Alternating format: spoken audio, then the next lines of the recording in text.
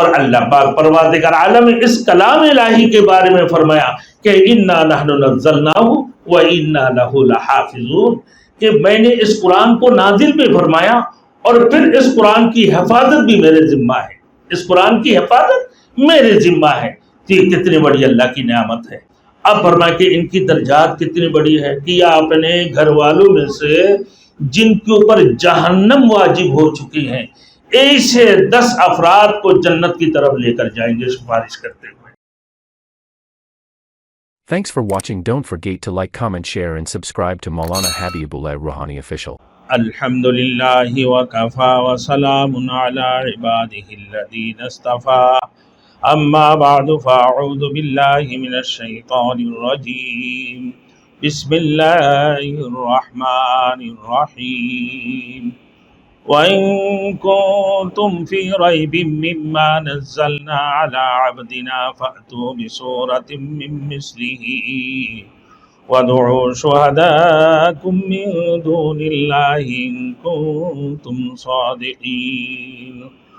وَقَالَ سُبْحَانَهُ وَتَعَالَىٰ فِي الْمَقَامِ الْآخِرِ إِنَّا نَحْنُ نَزَّلْنَاهُ وَإِنَّا لَهُ لَحَافِظُونَ۔ قال النبي صلى الله عليه وسلم من قرأ حرفا من كتاب الله فله به حسنة والحسنة بعشر أمثالها لا أقول ألف لام ميم حرف ولكن ألف حرف ولام حرف وميم حرف صدق اللہ المولانا العظیم۔ میرے محترم دوستوں اور میرے بزرگوں، سب سے پہلے آج ہمیں اللہ کی شکر ادا کرنے چاہیے اس بات کی کہ امت مسلمہ میں ہمارے بہت سارے بھائی ایسے ہیں جو آج نماز سے بھی محروم ہیں اور روزے سے بھی محروم ہے، قرآن سے بھی محروم ہے، لیکن اللہ رب العزت نے ہمیں فرائض کو ادا کرنے کے بعد پھر سنت کو ادا کرنے کی توفیق عطا فرمایا، اور قرآن مجید جیسے عظیم کتاب فرقان العظیم کو ہمیں سننے کی توفیق اور سنانے کی توفیق عطا فرمایا۔ تو اس بات کی شکر ادا کرتے ہیں الحمدللہ اللہ نے جو ہمیں توفیق عطا فرمایا۔ میرے دوستوں، میں نے جو آیات پڑھا ہوں، سب سے پہلے وَإِن كُنتُمْ فِي رَيْبٍ مِّمَّا نَزَّلْنَا عَلَىٰ عَبْدِنَا فَأْتُوا بِسُورَةٍ مِّن مِّثْلِهِ وَادْعُوا شُهَدَاءَكُم مِّن دُونِ اللَّهِ إِن كُنتُمْ صَادِقِينَ۔ ابتدائی اسلام میں جب یہ قرآن نازل ہوئے، کچھ لوگوں نے کہنے لگا کہ بھئی یہ قرآن نہیں ہے، یہ تو شعر ہے۔ کچھ لوگوں نے کہا یہ تو محمد رسول اللہ صلی اللہ علیہ وسلم نے بنا بنا کر اس کو کتابیں بنا لی، کتابوں کی شکل دی ہے۔ مختلف قسم کی باتیں ہوتے رہیں۔ اللہ رب العزت قرآن مجید کی شروع میں ارشاد فرمایا الف لام میم ذالک الکتاب لا ریب فیہ ھدی للمتقین، کہ کوئی شک و شبہ کی گنجائش نہیں ہے کہ اللہ رب العزت نے اس کتاب کے اندر، اس قرآن مجید کے اندر کیا رکھے ہیں؟ ہدایت رکھی ہے۔ کن کے لیے؟ للمتقین، تقوی اختیار کرنے والوں کے لیے، ڈرنے والوں کے لیے، جن کی دلوں کے اندر خوف خدا ہے، جن کی دلوں کے اندر اللہ کی خوف ہے، جو لوگ تقوی اور فرزگاری کو اختیار کی ہے۔ کہ فرماتے ہیں کہ وہ لوگ کون ہیں؟ کہ الذین یؤمنون بالغیب، وہ لوگ جنہوں نے بن دیکھے اللہ کے اوپر ایمان لے کر آیا۔ وَيُقِيمُونَ الصَّلَاةَ، پھر نماز کو قائم کیا۔ وَمِمَّا رَزَقْنَاهُمْ يُنْفِقُونَ، اور وہ لوگ جو اللہ کی دیے ہوئے مالوں میں سے، اللہ کی عطائی مالوں میں سے اللہ کے راستے میں خرچ کرتے ہیں۔ وَالَّذِينَ يُؤْمِنُونَ بِمَا أُنزِلَ إِلَيْكَ وَمَا أُنزِلَ مِن قَبْلِكَ، کہا کہ پھر وہ لوگ اللہ نے جو قرآن مجید نازل فرمایا اس کے اوپر بھی ایمان لے کر آتے ہیں، اور اس سے پہلے جو کتابیں اللہ نے نازل فرمایا اس قرآن مجید سے پہلے ان کے اوپر بھی ایمان لے کر آتے ہیں۔ مطلب آمنت باللہ و ملائکتہ و کتبہ، تمام آسمانی کتابوں کے اوپر ایمان لے کر آنے والے۔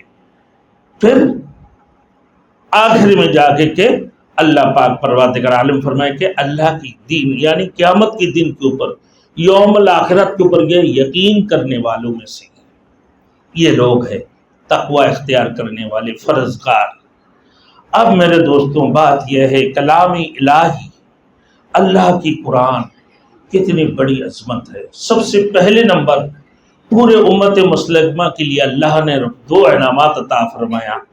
ایک تو رسول مقبول صلی اللہ علیہ وسلم کی وجود مبارک، یہ بہت بڑی نعمت ہے امت مسلمہ کے لیے۔ دوسری نمبر اللہ کی کلام قرآن مجید فرقان العظیم کو اللہ رب العزت نے بہت بڑی نعمت انعام بنا کر اس دنیا کے اندر بھی جو امت مسلمہ کے لیے۔ آپ دیکھیں بات یہ ہے کہ یہ جو قرآن مجید ہے فرقان العظیم ہے، یہ اللہ کی طرف سے اللہ نے فرمایا یہ کلام اللہ شریف ہے، اللہ کی کلام ہے، اور اس کے بارے میں اللہ نے فرمایا اِنَّا نَحْنُ نَزَّلْنَاهُ وَإِنَّا لَهُ لَحَافِظُونَ، کہ ہم نے اس قرآن کو اتارے ہیں اور اس کی حفاظت کی ذمہ ہم نے خود ہی لی ہے کہ اللہ نے اس کو حفاظت بھی کریں گے، یقیناً اس میں کوئی شک نہیں ہے۔ اب میرے دوستوں بات یہ ہے کہ یہ جو کلام اللہ شریف ہے یہ بھی ایک قرآن مجید کی اعجاز ہے، یہ بہت بڑی اعجاز ہے۔ اللہ رب العزت نے اور کسی کتاب کو 104 کتابیں ہیں، اس میں سے 4 مشہور کتاب ہے توریت، زبور، انجیل، پھر اس کی بعد قرآن جس کو اللہ نے کلام اللہ شریف کہا، لیکن باقی 100 کتابیں اور 100 صحیفے اور 3 مشہور کتابیں اس کو اللہ نے کلام اللہ شریف نہیں کہا، اور اللہ نے یہ ذمہ بھی نہیں لی، بلکہ اللہ رب العزت نے اہل کتاب کو فرمایا کہ لو یہ کتاب اس کو سنبھالو، تم اس کو سنبھالو، اس کی حفاظت کرو، حفاظت نہیں کرو گے تو تباہ ہو جاؤ گے، حفاظت نہیں کرو گے تو برباد ہو جاؤ گے۔ اللہ نے یہ فرما دی، اور اللہ پاک پروردگار عالم اس کلام الہی کے بارے میں فرمایا کہ اِنَّا نَحْنُ نَزَّلْنَاهُ وَإِنَّا لَهُ لَحَافِظُونَ، کہ میں نے اس قرآن کو نازل بھی فرمایا اور پھر اس قرآن کی حفاظت بھی میرے ذمہ ہے، اس قرآن کی حفاظت میرے ذمہ ہے۔ تو یہ کتنی بڑی اللہ کی نعمت ہے، کتنی بڑی اللہ کی نعمت۔ اب بات یہ ہے میرے دوستوں، حضرت علی رضی اللہ تعالیٰ عنہ کی حدیث ہے، فرماتے حضرت علی رضی اللہ تعالیٰ عنہ ایک حافظ قرآن جس نے قرآن مجید پڑھا، جس نے قرآن مجید سیکھا اور پھر پڑھتا بھی ہے، اس کے اوپر عمل کرتا ہے، فرماتی ہیں ایسے حافظ قرآن سیدھے جنت میں داخل ہوں گے، اللہ ان کو جنت میں داخل فرمائیں گے۔